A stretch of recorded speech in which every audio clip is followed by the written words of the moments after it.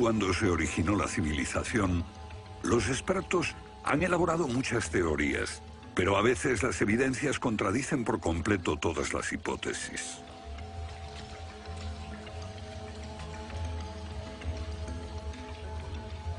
Bajo el suelo congelado de Siberia se han encontrado especies animales extinguidas por un repentino cataclismo global, como el mamut gigante.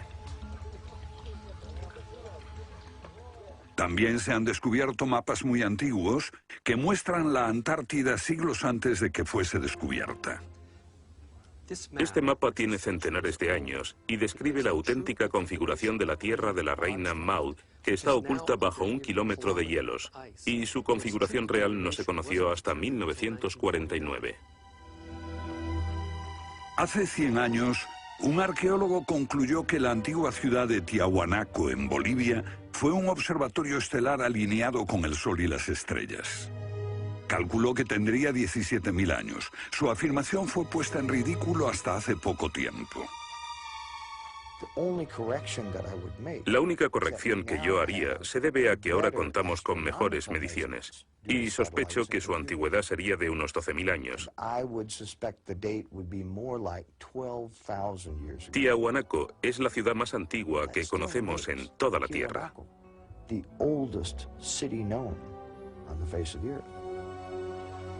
Los geólogos han descubierto que la gran esfinge de Gizeh en Egipto ha resistido siglos de lluvias incesantes, pero estas lluvias solo pueden haber tenido lugar miles de años antes de los faraones. ¿Fue construida la esfinge antes de los comienzos de la civilización? Lo que se pone en cuestión es la historia completa de la civilización. Puede que no haya ido en línea recta desde los estúpidos cavernícolas hasta los hombres tan listos de hoy con sus bombas atómicas. A veces, las pruebas que se hallan rompen todas las reglas. En este documental entrevistaremos a personas que están juzgando meticulosamente esas evidencias y elaboran nuevas teorías que pueden cambiar nuestra idea de la civilización humana. Esta enorme cara fue tallada por los antiguos olmecas de México. Se cree que tiene al menos 2000 años y es inequívocamente africana.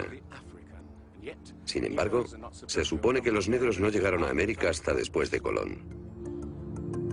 En su libro De la Atlántida a la Esfinge, el escritor Colin Wilson recoge indicios de lo que él y otros creen que son los rastros de una avanzada cultura anterior al comienzo de la historia.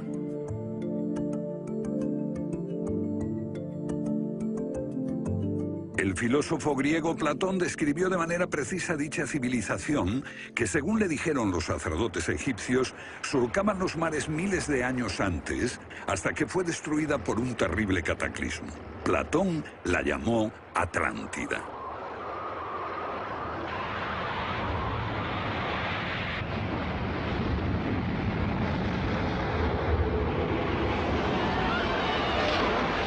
La Atlántida.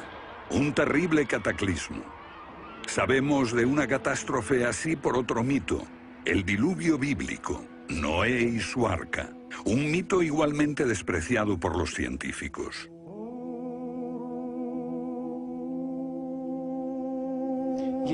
Cuando rechazan el diluvio bíblico y a Noé y el arca como una fábula, los científicos están ignorando el hecho de que hay cientos de mitos de diluvios en todas las culturas, aparte de las narraciones de Mesopotamia y de los hebreos, que dicen lo mismo sobre un desastre planetario que virtualmente borró al género humano antes del comienzo de la historia conocida.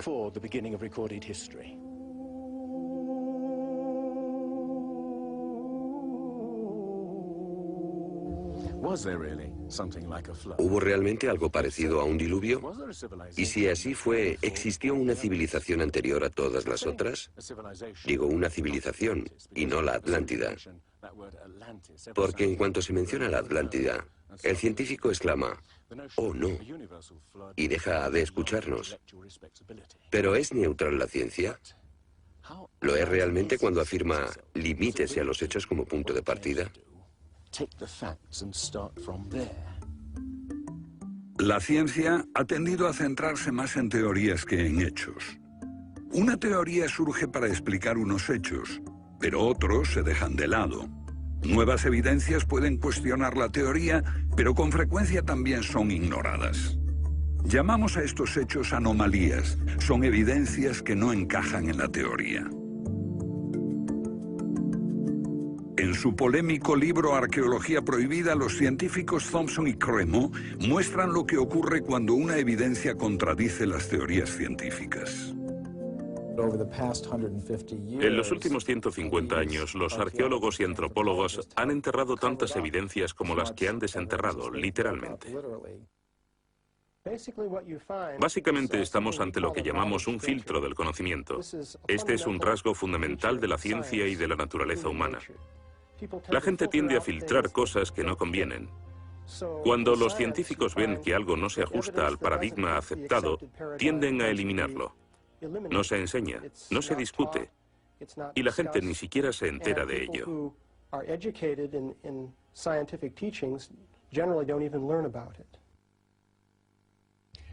Lo que estamos diciendo, por ejemplo, sucedió en Iatliclo, México, en 1996.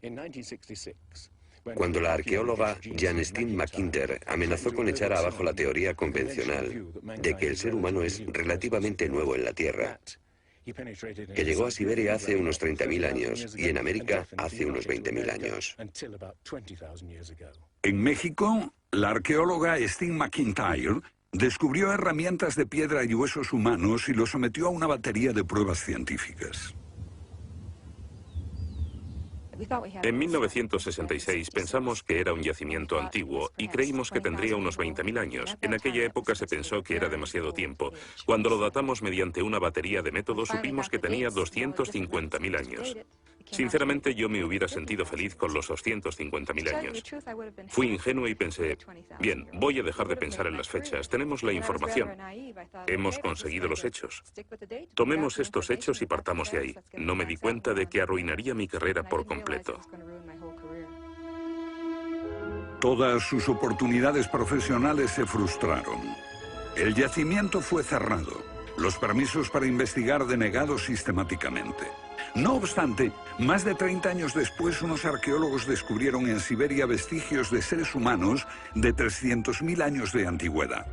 Una fecha que de repente hizo que la datación de Jan McIntyre no pareciese tan improbable después de todo.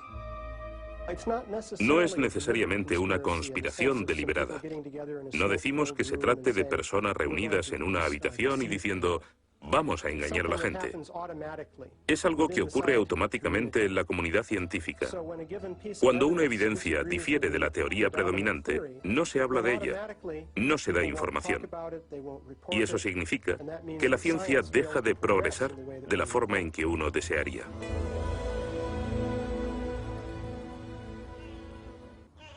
¿La ciencia está pasando por alto evidencias de un pasado que hemos olvidado?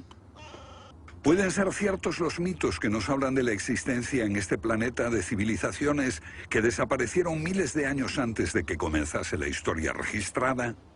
Una nueva clase de investigadores está estudiando las anomalías que la ciencia tiende a descartar. Se plantean preguntas que pueden cambiar nuestro concepto sobre la historia humana. La fortaleza inca de Sacsayhuamán, de edad indeterminable y construida por gente que carecía de metales duros o de cemento, que no conocían la polea, ni la rueda, ni la grúa. Solo miren esta piedra. He contado 11 ángulos. Debe pesar más que 200 coches juntos y revela la increíble habilidad de la gente que la hizo. Y también algo más. Una capacidad asombrosa para manipular objetos de este tamaño. ¿Cómo diablos las levantaban? Bolivia. Las misteriosas ruinas de Tiahuanaco. La misma habilidad manual, una capacidad de construcción que resulta inexplicable. Las piedras están perfectamente ensambladas. Intentemos insertar una aguja en cualquier punto de las junturas. La aguja no entra.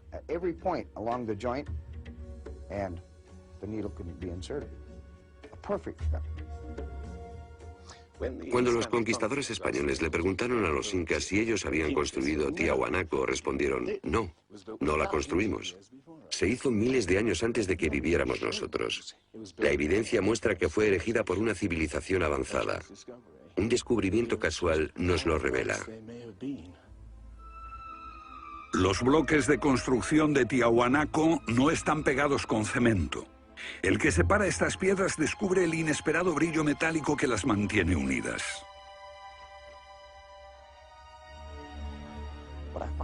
Lo que encuentro asombroso es que para trasladarlas a cada uno de los lugares donde empleaban este material, ellos tenían que contar con una especie de planta de fundición móvil para licuar el metal. Y aquí hay un uso similar de tornillos metálicos y piedras finamente unidas, como esta en forma de L. Pero estamos en otro continente.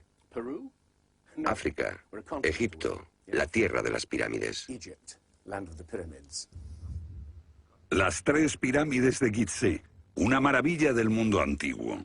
Otro pueblo que no conocía la rueda, ni la polea, ni la grúa. ¿Cómo podían transportar bloques de 100 toneladas? Su tecnología no se puede explicar ni imitar.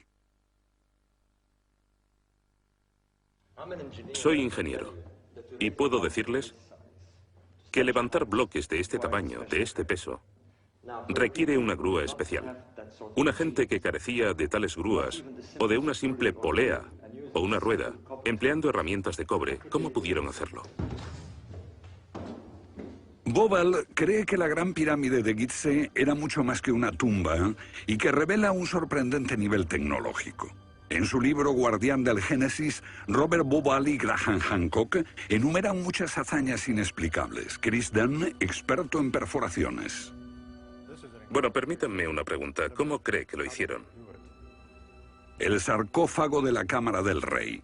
¿Cómo lograron unos constructores primitivos que la superficie interior encajase con la superficie de la piedra del sarcófago al milímetro? Esta habilidad requiere profundos conocimientos de física. Es un misterio como la perforación misma. Primitivamente, la típica manera de hacerlo sería con una sierra de arco, un berbiquí. Introducirían la herramienta en la pieza usando arena o un diamante, pero pienso que eso supondría mucho tiempo, muchos años para hacerlo.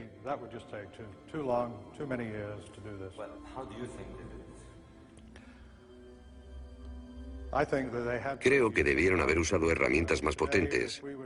Hoy, para perforar esto, tendríamos que hacerlo a una velocidad de 6-10 milímetros por revolución de taladro en el granito.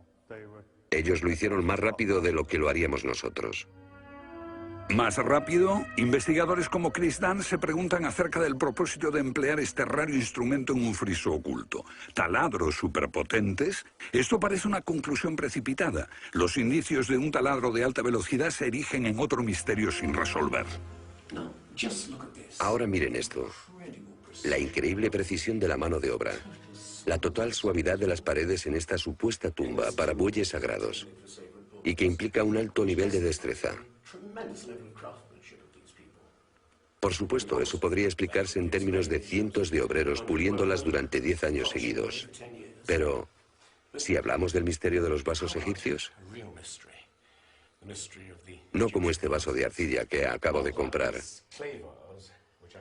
sino vasos hechos de alabastro, basalto e incluso diorita, que es la piedra más dura de todas.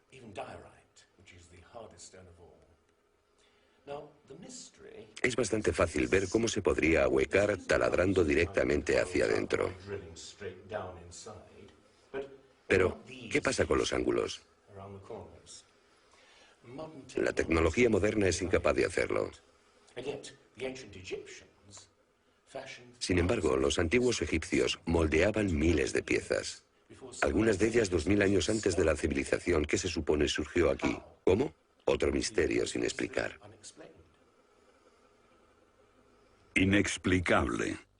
¿Cómo pudieron los constructores alinear sus gigantescas pirámides con los puntos cardinales tan impecablemente? En perfecta dirección este-oeste y norte-sur, con una exactitud no igualada por los modernos constructores. La Gran Pirámide parece ser un modelo matemático del hemisferio norte e incorpora el trascendental valor de pi, las veces que cabe el diámetro de un círculo en su circunferencia.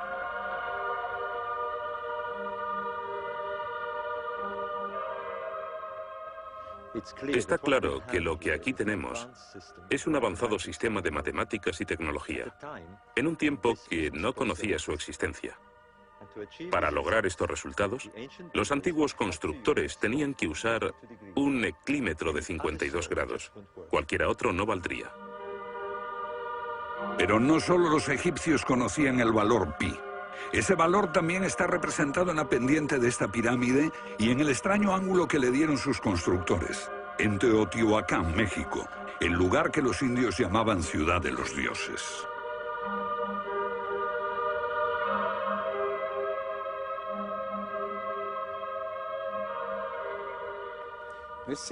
En su época, esta ciudad fue más grande que la Roma imperial. Lo que pueden ver es una serie de estanques que llenaban de agua, cuya superficie lisa reflejaba los cielos y cuyas ondas podrían servir como anuncio de terremotos. Estos templos, en el lado opuesto, se cree que representan cuerpos celestiales. Una cosa está clara: todo el lugar parece tener una especie de obsesión con la astronomía y la eternidad. En los equinoccios, el 21 de marzo y el 21 de septiembre, estas pirámides proyectan sombras gigantes, lo que las convierte en un perfecto reloj para la medición del tiempo. Como si proviniesen de una fuente común, las antiguas civilizaciones de todo el mundo exhiben un sofisticado conocimiento de los cielos que todavía nadie ha explicado. Fascinación por el sol, las estrellas.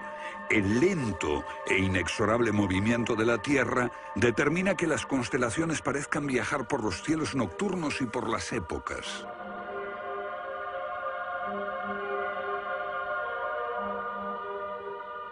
Según los estudiosos, los antiguos egipcios no tenían un gran conocimiento de la astronomía. Pero en el templo de Dendera hay muestras de su sofisticado conocimiento del cielo. Miren las constelaciones del zodíaco: Leo, Tauro, Piscis. Y aquí, la constelación de Orión.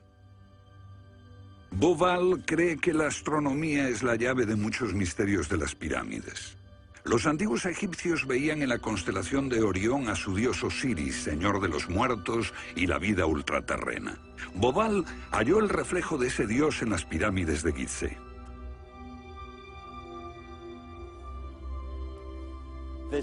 Esto es realmente un misterio. Pequeños canales de ventilación orientados hacia arriba. Para los egiptólogos no eran más que canales de ventilación, pero los astrónomos piensan distinto. Para el antiguo Egipto esto fue Rostau, la entrada al reino subterráneo, el reino del dios Osiris u Orión. Para los antiguos egipcios, Orión era Osiris, el gran dios de la resurrección. Esto es una reconstrucción del cielo en el año 2500 a.C., y fue sorprendente descubrirlo. Los canales apuntan a Orión y a la estrella Sirio, que era Isis, la esposa de Osiris. En textos antiguos, Bauval descubrió que deben de haberle servido una ceremonia secreta para la resurrección de los faraones muertos, que renacían como estrellas en la constelación de Orión. Uno de esos textos dice: «Oh rey, permite que atraviese el serpenteante canal, la Vía Láctea, hasta el punto donde está Orión». Bauval cree que Osiris tenía tal importancia que los constructores emplazaron las tres pirámides de Gizeh para que fueran un reflejo terrestre de las tres estrellas del cinturón de Orión. Esa correlación fue solo el comienzo. Bauval descubrió que los antiguos habían dado nombre de estrellas a otras dos pirámides próximas. Esto le hizo entrever un plan más amplio y quedó perplejo.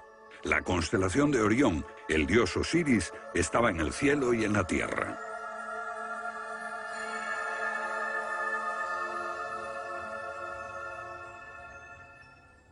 México, donde Teotihuacán presenta otro paralelo. Una leyenda la llama la ciudad de los dioses y sugiere que su propósito era convertir a los hombres en seres celestiales. Como ocurre en Egipto con las pirámides de Giza, los mitos hablan de la reencarnación en las estrellas. Ese es el secreto de Teotihuacán.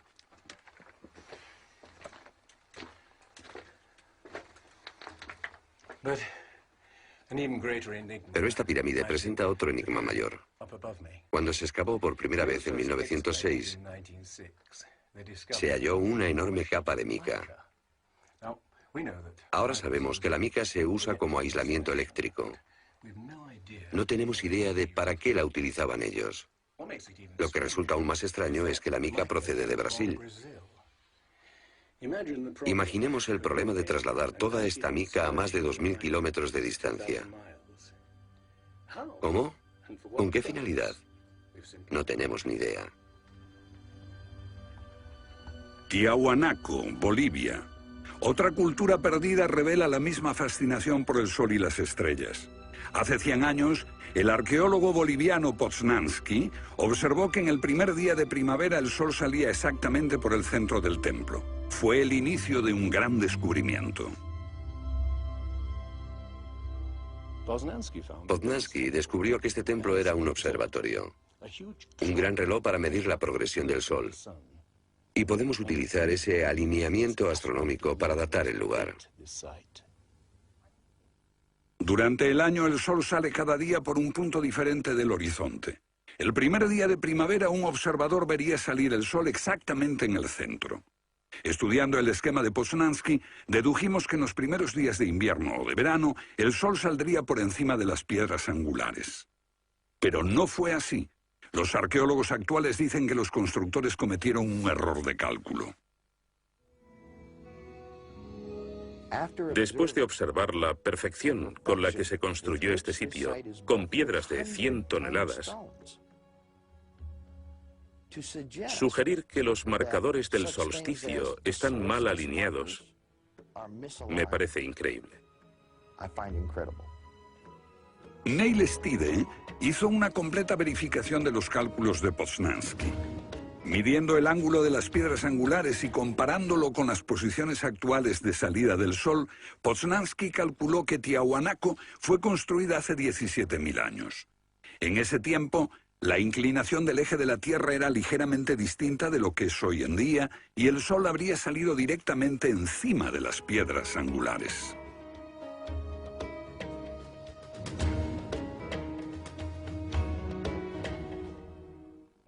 Yo sospecho que la fecha sería más bien de 12.000 años. Pero eso haría que todos nos cuestionásemos completamente los orígenes de la civilización. Una civilización perdida en el tiempo dejó sus huellas en varios lugares del mundo. Los sacerdotes egipcios dijeron al filósofo griego Platón que una civilización así habría existido hace 12.000 años. Pero según la ciencia, el ser humano abandonó la prehistoria hace solo 5.000 años. En Egipto, el investigador John West descubrió que la esfinge de Gizeh no resultó alterada por el clima de la misma forma que las construcciones del entorno, erosionadas por la arena y los vientos del desierto. En vez de un desgaste horizontal, la esfinge tiene marcas de erosión redondeadas y onduladas. No se necesita ser geólogo para mirar y ver lo que se debe al tipo de clima. Solo el agua cayendo copiosamente sobre las paredes del recinto pudo producir esos contornos redondeados.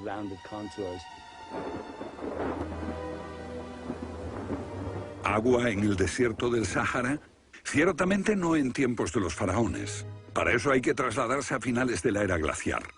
Unos 10.500 años antes de Cristo, miles de años antes de que existiesen los faraones. ¿Pero por qué entonces la esfinge tiene cabeza de faraón?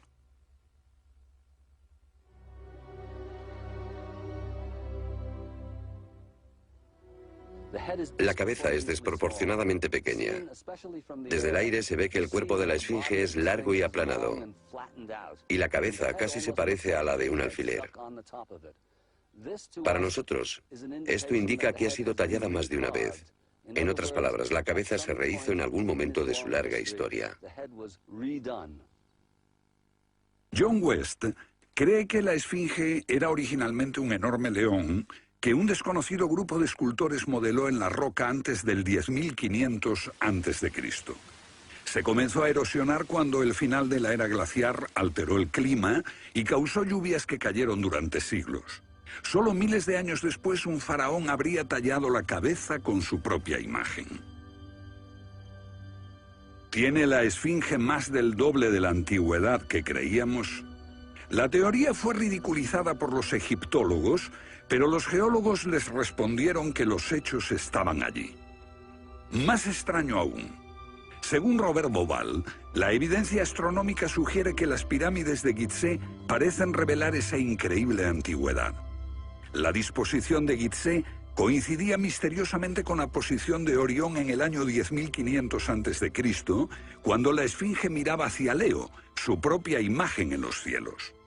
La puesta de Orión en esa fecha distante se correspondía exactamente con las tres pequeñas pirámides, y existen muchos otros hechos difíciles de entender.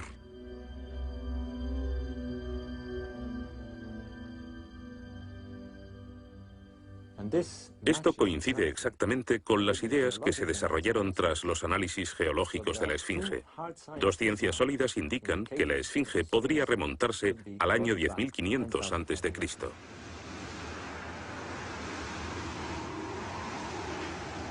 Egipto sufrió unos cambios muy dramáticos a finales del período glaciar, especialmente en torno al 10.500 a.C., cuando unas impresionantes inundaciones cubrieron el terreno de aluvión y acabaron con el valle del Nilo y con el delta en general.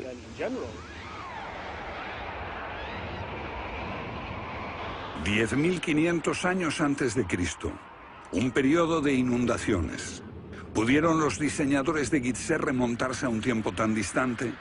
El tiempo de sus mitos dice que el dios Osiris y sus asistentes ascendieron del caos para traer los primeros frutos de la civilización. ¿De dónde vinieron?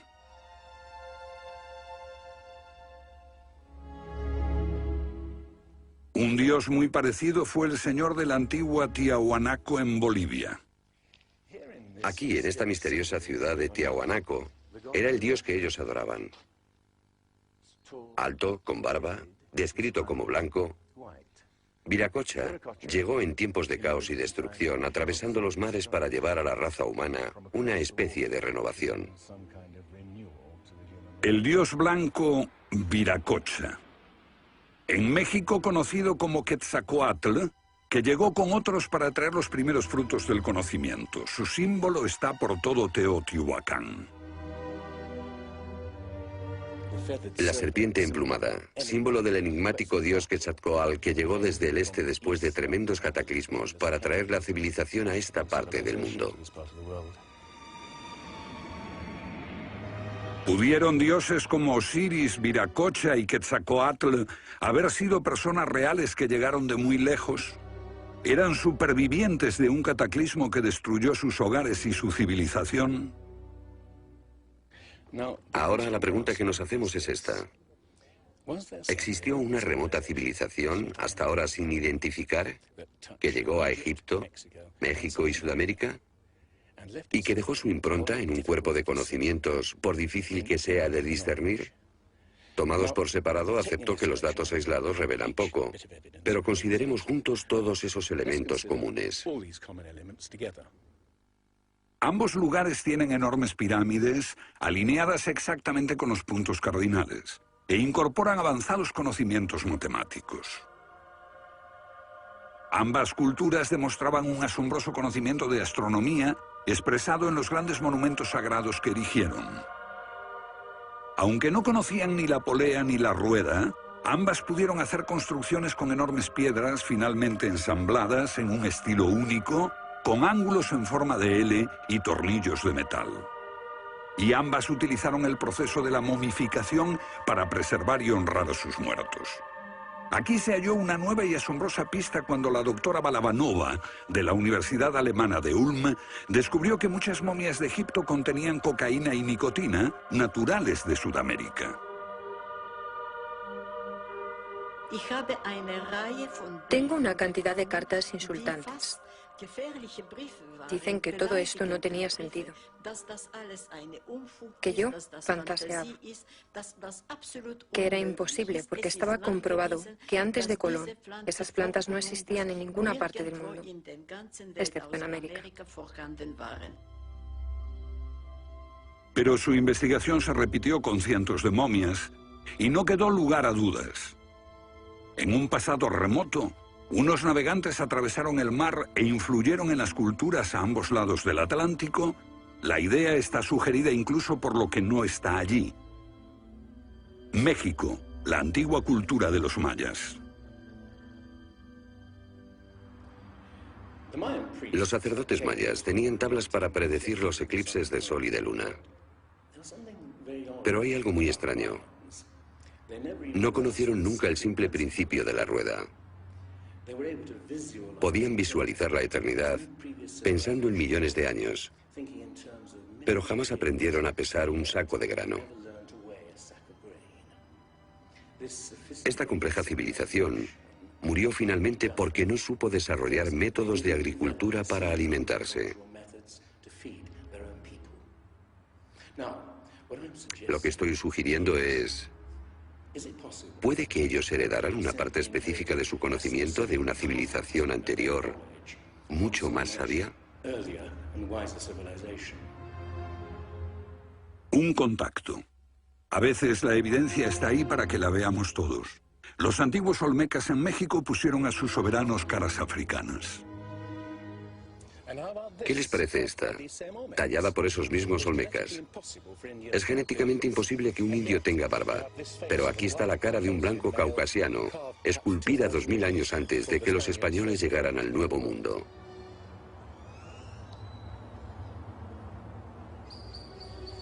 Caras de africanos y de caucasianos esculpidas muchos siglos antes de Colón. ¿De dónde vinieron? ¿Cómo llegaron aquí?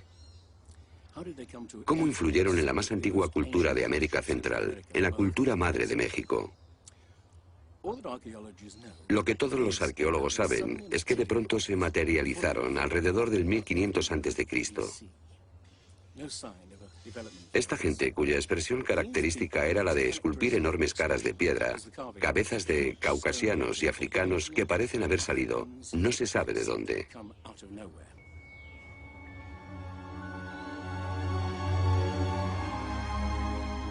Oaxaca, la antigua ciudadela del Monte Albán. Aquí, en el sur de México, está el último testimonio de esos misteriosos hombres. Porque estas figuras esculpidas en piedra parecen corresponder a muertos en combate, desnudas, desamparadas, la mayoría castradas. Este puede reflejar el momento en que estos hombres desaparecieron de la historia.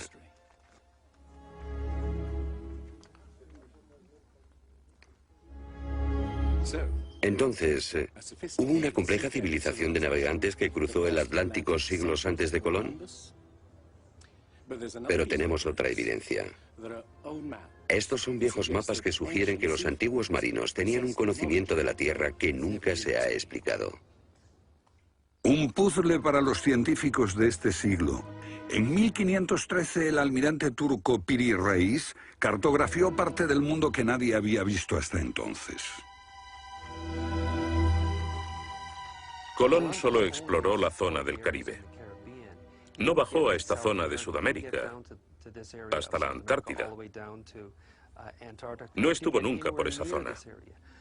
Pero estos mapas muestran todos estos detalles con gran precisión, antes de que cualquier explorador europeo llegase a esas regiones.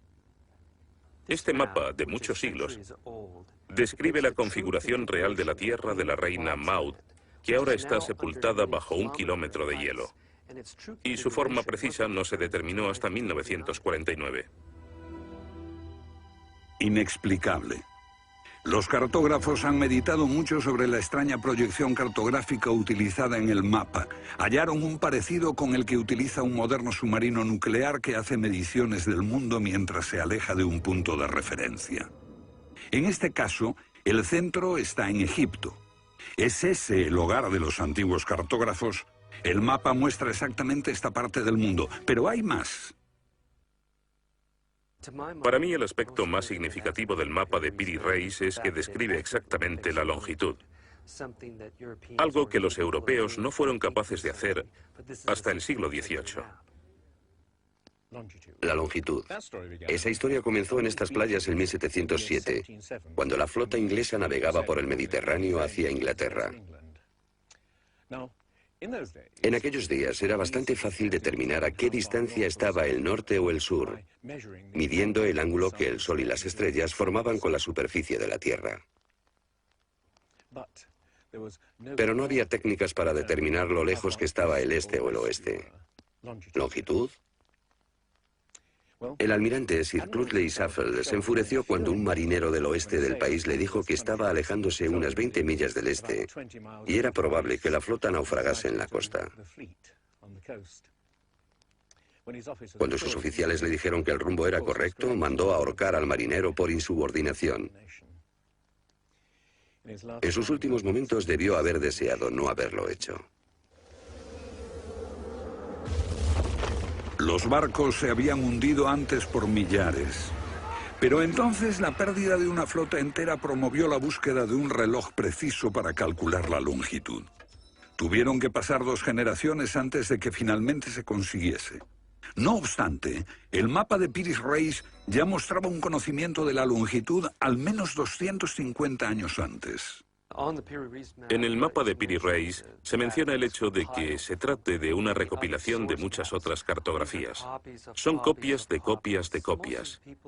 La mayoría de quienes los han estudiado creen que esos mapas proceden de los tiempos de Alejandro Magno, pero son incluso mucho más antiguos. Mapas del mundo confeccionados antes de que supiésemos navegar por los océanos. Técnicas de construcción inexplicables, un complejo conocimiento de las matemáticas y la astronomía. Si existió una tecnología tan avanzada capaz de dar sus conocimientos a los constructores de la Esfinge y a los pueblos de los Andes y México, ¿qué pasó con ella?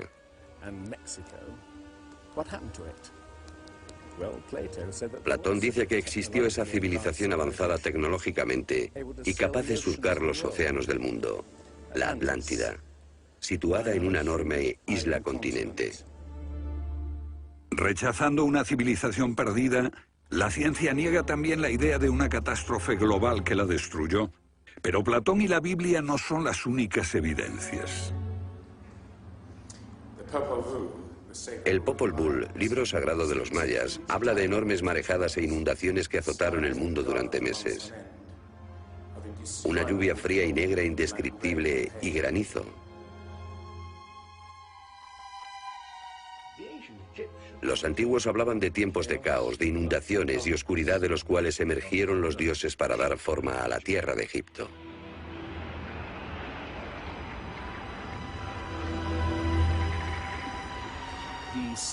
El disco solar de los aztecas se refiere a 4 ciclos de destrucción: por inundaciones, por fuego, por viento y por sangre y guerra. Y prevé el fin del mundo por un enorme cataclismo surgido de las entrañas de la tierra.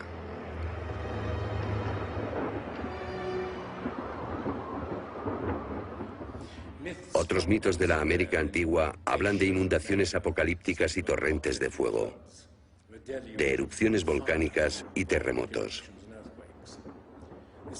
Un pasado que no podemos recordar ni olvidar.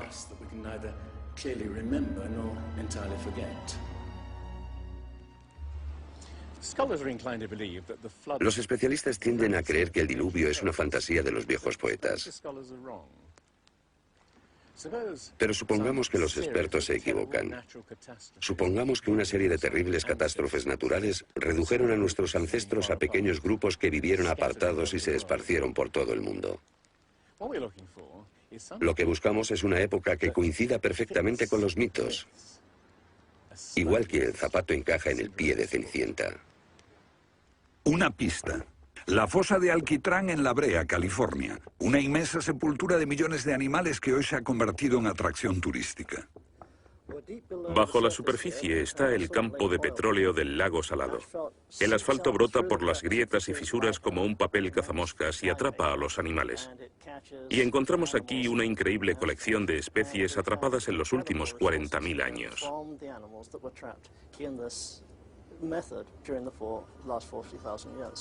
Esta fosa de Alquitrán puede leerse como un libro de tiempos remotos, cuando abundaban los animales y nosotros no los considerábamos como originarios de América.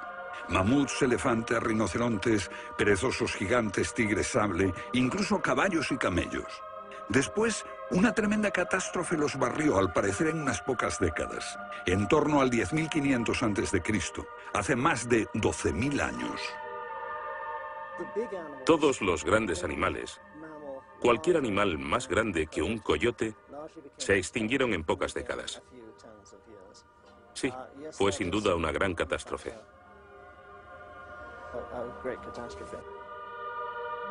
Un registro de la catástrofe. El fin de la era glaciar. En el 10.500 a.C., hace más de 12.000 años. Temperaturas que habían permanecido relativamente estables durante miles de años de pronto se elevaron. Un aumento de temperatura de más de 5 grados en un abrir y cerrar de ojos. Solo entre 3 a 10 años. Se trata del asombroso descubrimiento de unos científicos que perforaron la capa de hielo en Groenlandia para investigar los cambios en la atmósfera.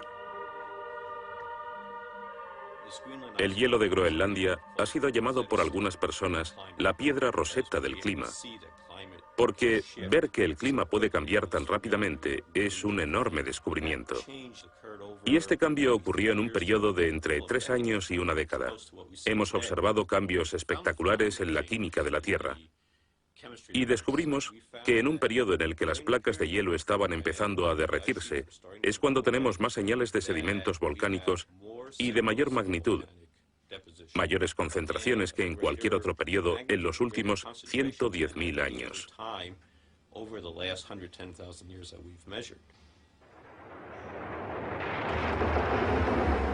Un surgimiento de volcanes nunca visto, acompañado por desórdenes atmosféricos y gigantescas inundaciones. Porque mientras las placas de hielo de más de 1 kilómetro de espesor se derretían en pocos años, el nivel de los mares aumentaba dramáticamente. De repente, los mares ocuparon lo que había sido suelo seco. Se podía caminar desde Gran Bretaña a Escandinavia antes de que una revolución climática diese forma al Mar del Norte. Fue un periodo en que las grandes inundaciones cubrieron las llanuras de América del Norte, y por eso es que se encuentran esqueletos de ballenas en Michigan. Un tiempo de cataclismos a finales de la era glaciar, que puede coincidir con los mitos. Solo en el Nuevo Mundo se extinguieron alrededor de 70 especies de grandes animales. Mamuts, perezosos gigantes, camellos, caballos. Permítanme ponerlo en perspectiva. En los anteriores 200.000 años se había extinguido menos de 1/3 de esa cantidad. Y este modelo extraordinario de extinción se repitió en Europa y Asia.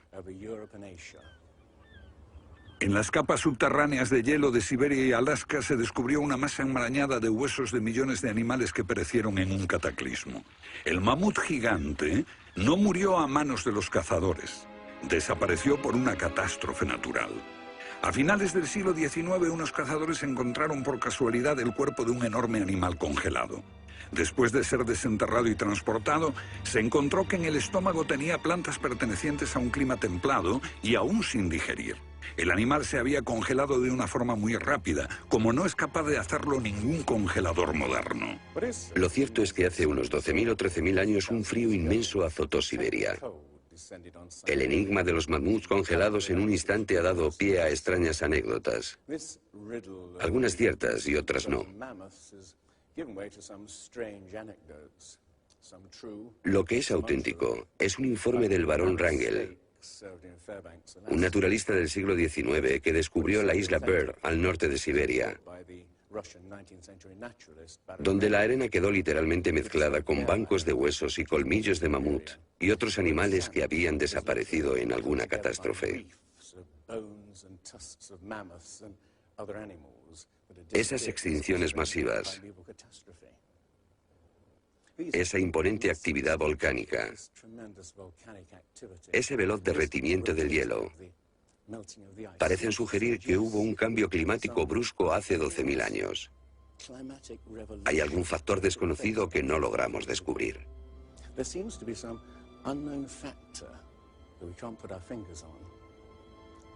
El fin de la era glaciar. ¿Qué provocó esa revolución? He aquí la gran cuestión. ¿Qué causó el cataclismo? Una de las mejores ideas la ha planteado Charles Hartwood. Él sugiere un desplazamiento repentino de la corteza terrestre. Toda la corteza de la Tierra es solo un tercio de un 1% de la masa terrestre. Como la piel de una naranja, si se suelta, se mueve. Más fina que una cáscara de huevo, la corteza de la Tierra queda apoyada en un interior líquido. La teoría imperante sobre la corteza terrestre es la de las placas tectónicas. Los continentes se separan lentamente durante cientos de millones de años. Aunque la ciencia rechazó esa teoría durante más de medio siglo, ahora niega también la idea de que la corteza pudo moverse en su conjunto y repentinamente. Pero un científico quedó hipnotizado por la idea. Se llamaba Albert Einstein.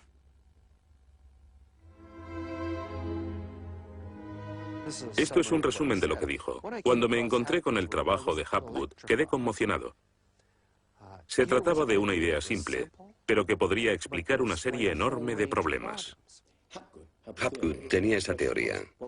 La cuestión era cuál fue el mecanismo que puso en movimiento el gigantesco conjunto. Y fue Einstein quien planteó una sugerencia. La enorme cantidad de hielo que rodea a los polos puede tener 3 kilómetros de espesor. Esos incontables miles de millones de toneladas de hielo, si se formaran de un modo desproporcionado, harían que toda la Tierra se sacudiese como una rueda, con un enorme peso colocado en su borde. Esta vibración bastaría para hacer que la corteza de la Tierra se moviese súbitamente. Hace 55.000 años el Polo Norte estaba cerca de Europa, pero de pronto se desplazó hacia la bahía de Hudson, en Canadá. Y en torno al año 12.500 a.C. se volvió a mover casi 2.000 millas hasta donde está actualmente.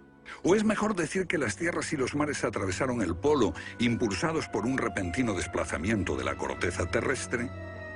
De ser así, esta es una de las cosas que habían ocurrido al final de la era glaciar. El desplazamiento impulsó a América fuera de la zona polar. El mar en el norte se congeló con una fina capa de solo unos metros de espesor.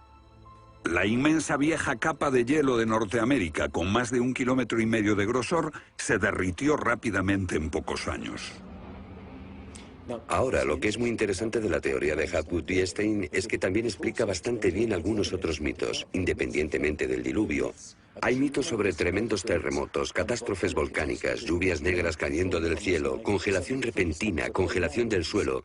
Y podemos ver que un ejemplo de esto es precisamente lo que pudo pasar si la corteza terrestre se desplazó. Con bastante rapidez, las áreas que antes habían estado congeladas pasarían a ser zonas cálidas, y así se explicarían hechos como el rápido congelamiento de los mamuts en Siberia. Si el desplazamiento de la corteza terrestre causó el diluvio que aniquiló una civilización, ¿dónde estaba esa civilización?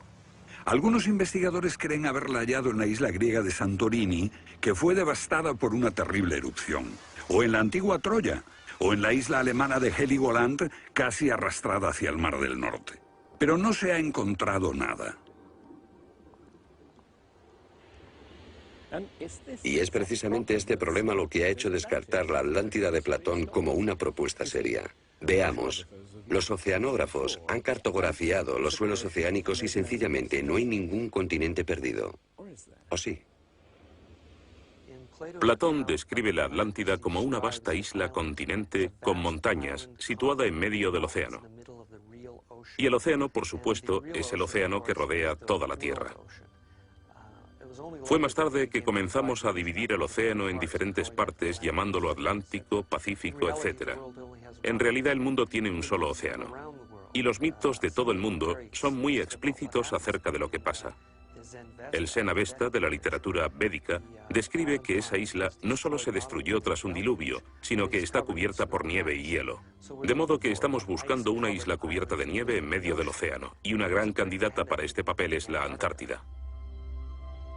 Si el Polo Norte se desplazó, también debió hacerlo el Polo Sur. Flennard cree que hace 12.000 años una parte de la Antártida permanecía en zonas templadas y pudo haber albergado una civilización que desapareció cuando el continente se convirtió en el Polo Sur. Esa es la explicación que él encuentra en los mapas que muestran partes de la Antártida que están debajo del hielo.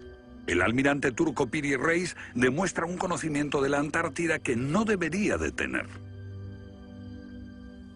Tras examinarlos, especialistas en cartografía de la Armada y de las Fuerzas Aéreas nos dicen: hemos hecho comparaciones de picos salientes y de montañas. Hemos descubierto que coinciden de forma asombrosa. Lo que debemos enfatizar es que no estamos hablando de un mapa, el mapa de Piri Reis, que podría cuestionarse. Estamos hablando literalmente de docenas de mapas. Por ejemplo, el mapa Phineus de la Antártida es sumamente preciso en cuanto a la configuración, mostrando sistemas fluviales que existieron allí, pero que no se conocían en el siglo XVI. La Antártida no fue descubierta hasta cerca del año 1800. Entonces, ¿cómo pudieron los cartógrafos europeos representarla? Solo, cree Flenard, si ellos la copiaron de copias de otras copias de mapas que se remontan milenios atrás. Hace solo unos 25 años supimos que bajo la capa de la Antártida existían unas islas, un continente bajo un océano helado. Sin embargo, esa información ya estaba aquí, en este mapa. Estas islas de aquí corresponden a este área, y el modelo de nevadas aquí es muy intenso. Nada aquí. Estas islas debajo de este punto se podrían haber unido entre ellas antes de unirse a la tierra firme. Así, lo que se describe aquí es algo que yo creo que verdaderamente ocurrió en torno al 8000 a.C. Puede que en el 6000 a.C. a lo sumo. No hay forma de saber cómo lo consiguieron, a menos que postulemos la existencia de una civilización con habilidades para la navegación y la confección de mapas que solo se reinventaron en nuestro tiempo.